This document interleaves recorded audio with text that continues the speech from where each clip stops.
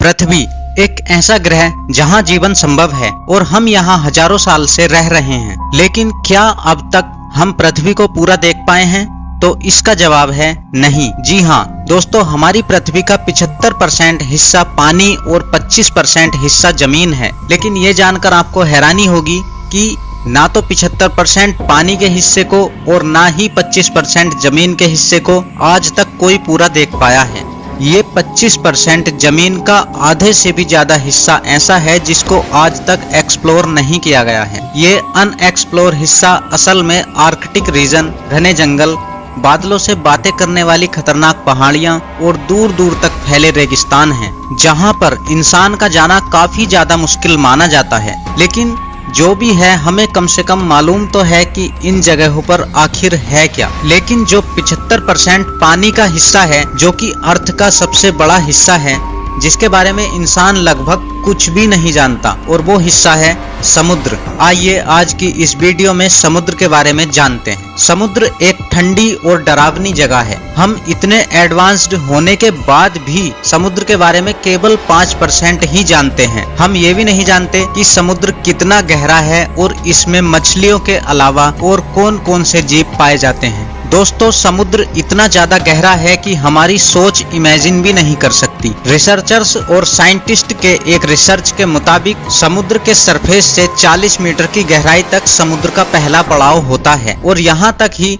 Scuba dive allow होता है, और आमतौर पर ज्यादातर स्विमर्स यहाँ तक ही स्विम करते हैं। लेकिन दुनिया के जाने माने स्क्यूबा डाइवर हार्वर्ड निच ने 214 मीटर की गहराई में गोता लगाकर रिकॉर्ड कायम किया था, और ये रिकॉर्ड उन्होंने सिर्फ अमेजिंगली एक सांस में पूरा किया था। लेकिन इनसे भी नीचे इनका रिकॉर्ड तोड़ते हुए एक आदमी गया था, और वो थे अहमद गवर, जो समुद्र में 332 मीटर नीचे गए थे और उन्होंने नया रिकॉर्ड बनाया। और फिर यहाँ से और नीचे करीब 443 मीटर नीचे जाने पर विविध समुद्री जीव दिखाई देंगे, और ये गहराई एम्पायर स्टेट बिल्डिंग की गहराई के बराबर है। अगर हम इससे और नीचे लगभग 500 मीटर की गहराई में जाते हैं तो हम पाएंगे कि ये ब्लू व्हेल मछली की मैक्सिमम डाइव लिमिट है, यानी कि ब्लू व्हेल मैक्सिमम इसी गहराई तक डाइव लगाती है। और यहाँ से और नीचे मतलब 585 मीटर पेंगुइन की मैक्सिमम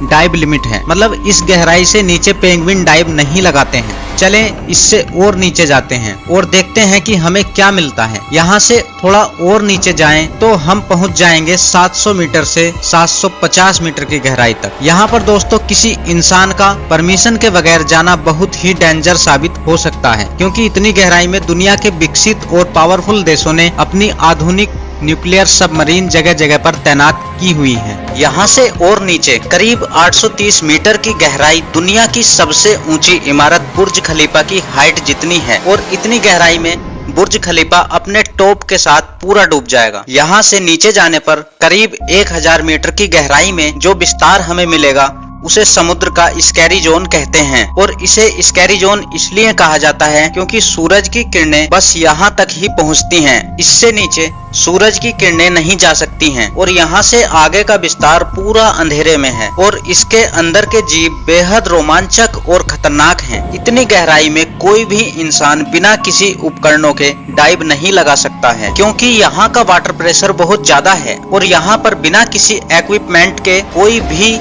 इंसान पल भर में ही मर जाएगा। इससे नीचे की 1200 मीटर की गहराई समुद्री कछुओं के लिए डीपेस्ट एरिया माना जाता है, और गहराई में करीब 2000 मीटर नीचे जाने पर हमें यहाँ पर बहुत ही अद्भुत, रोचक और बहुत ही खतरनाक जीव सृष्टि दिखाई देती है। याद रहे, यहाँ पर कुछ भी देखने के लिए हमें हाई पावर टॉर्च की जरूरत पड़ेगी। लेकिन यहाँ पर पाई जाने वाली एंगलर फिश एक ऐसी प्रजाति है जिसे कुदरत ने ही उसके आगे टॉर्च दे रखी है। इसे लाइट फिश भी कहा जाता है, और इसके मुंह के आगे बायोलुमिनेशन लर्स लटके होते हैं जो एक टॉर्च की तरह चमकते हैं, और समुद्र की इतनी गहराई में अंधेरे में इस फिश को रास्ता दिखाते हैं। कुदरत भी बड़ी कमाल की चीज है दोस्तों। और ज्यादा गहराई में करीब 2200 मीटर के लेवल पर आपको स्पर्म व्हेल्स दिखाई देंगी, और यहाँ पर आपको ऑक्टोपस दिखाई देंगे। ये समुद्री तल के सबसे डीपेस्ट लेवल पर जीने वाले ऑक्टोपस हैं, और ज्यादा डीप में जाएंगे तो 4000 मीटर की गहराई के समुद्री एरिया को एब्रेजल जोन कहा जाता है और यहाँ पर वाटर प्रेशर 11,000 पाउंड्स के बराबर होता है। और ज्यादा नीचे जाएंगे, करीब 4200 मीटर का डीप लेवल दुनिया के लगभग सभी समुद्रों का एवरेज लेवल है, लेकिन दुनिया के कई समुद्र इससे भी ज्यादा गहरे हैं।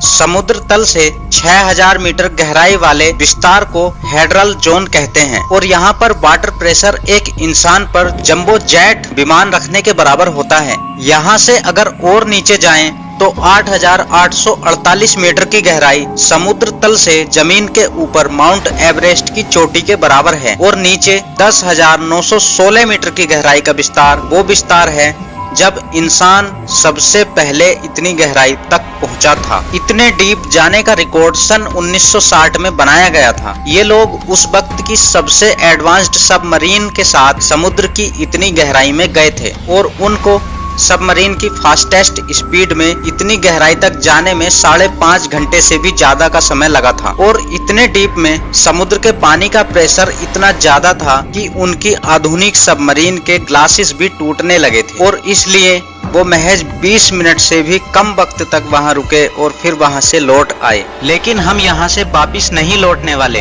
हम और आगे जाएंगे, इससे भी और नीचे 10,972 मीटर की गहराई आसमान में किसी एयरलाइन के हाईएस्ट लेवल पर सफर कर रहे इंसान और पृथ्वी की सतह के बीच फासले के बराबर है। आमतौर पर हवाई जहाज 10,500 मीटर से 11,000 मीटर की ऊंचाई तक ही उड़ते हैं और वहां ऊपर से आपको नीचे जो जमीन दिखाई देती है, ये गहराई पृथ्वी के सरफेस से यानी समुद्र तल से उतनी ही नीचे है जितनी नीचे आपको ऊपर से जमीन दिखाई देती है। और इससे नीचे 10,994 मीटर की गहराई आज तक की हम इंसानों द्वारा नापी गई सबसे डीपेस्ट गहराई है और इसे द चैलेंजर डीप भी कहते हैं। इस गहराई को वेस्ट पैसिफिक महासागर में नापा गया है और इस जगह को मैरियाना ट्रेंच भी कहते हैं। पैसिफिक महासागर के अंदर खोजा गया ये पॉइंट आज तक का पृथ्वी पर खोजा गया सारे समुद्र तल का सबसे डीपेस्ट लेवल है। पर माना जाता है कि समुद्र इससे भी गहरा है, लेकिन आज तक हम उन जगहों को खोज नहीं पाए। माना जाता है कि हम इंसान सिर्फ 5% ही समुद्री विस्तार को आज तक खोज पाए हैं और बाकी का 95% समुद्री विस्तार ऐसा है जहाँ तक आज तक हमारी नजर नहीं गई है। हो सकता है कि भविष्य में हमें और भी गहरे समुद्री लेवल की जानकारी मिले और ये भी हो सकता है कि हमें वहाँ पर ऐसी जीव सृष्टि मिले जो हमारे लिए किसी एलियन से कम ना हो सकता है कि हमें समुद्र में भविष्य में कोई नई दुनिया ही मिल जाए या कोई अनजान एलिमेंट्स या अज्ञात नैसर्गिक खजाना भी हमें मिल सकता है। इंसानों की ये खोज हमेशा जारी रहेगी। उम्मीद करता हूँ आपको वीडियो पसंद आई होगी। अगर वीडियो पसंद आई हो तो चैनल को सब्सक्राइब करें, वीडियो को लाइक करें, कमेंट करें और शेयर करें। धन्यवाद।